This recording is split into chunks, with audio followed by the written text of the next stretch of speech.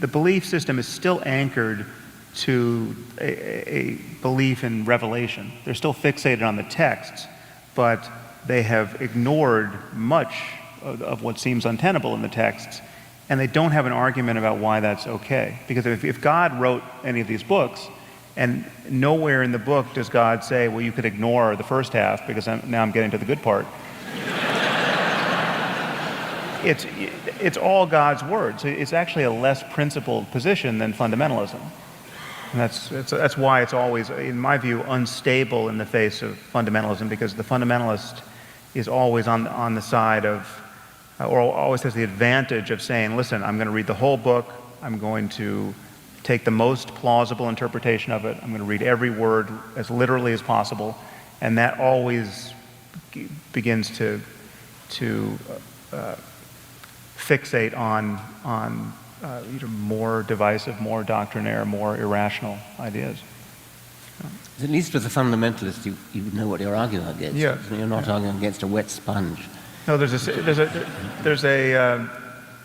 it seems perverse to say it, but there's actually more integrity to the most fundamentalist position, because there's simply one irrational move, which is the belief that this book is perfect in every word. But the moment you believe that, well, then it is in fact rational to try to connect all the dots as reasonably as possible. But sometimes they really don't say anything. They say something like, well, God is the ground of all being. Right. Or God is the essence of isness, or something. Well, I have a soft spot for that kind of Yes.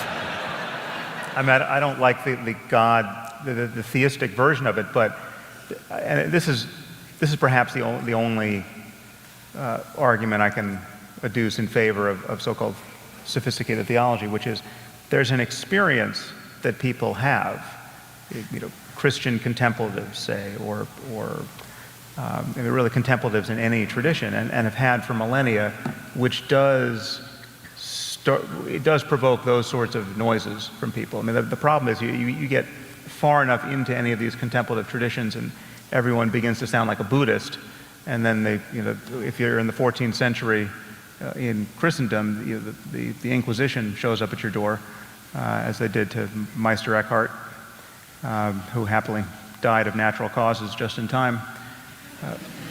But there's an experience that people have of losing their sense of self, say, and feeling at one with the universe or the world, or having some kind of ethical, just a full ethical reboot of their hard drive where they feel love that they didn't know was possible, right? That kind of self-transcending love. Yeah, I'd enjoy that, I think.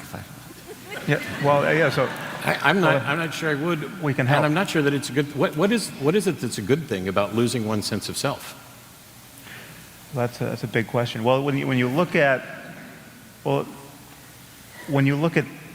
just the mechanics of your own suffering, when you look at just what self-concern gets you psychologically, you can begin to feel that most of your suffering is not directly tied to bad things happening. It's tied to this whole just machinery of self-concern, the anxiety about the future and regret about the past and worries about what people said of you or think of you or will think of you, and there's so much of our neurosis is taking place just in the conversation we're having with ourselves, and that's all predicated on the legitimacy of this starting point of feeling like there's a self riding around in the head who is carried through from one moment to the next in life. That you are the same person you were yesterday. So the thing that embarrassed you yesterday that you're now remembering and now feels terrible,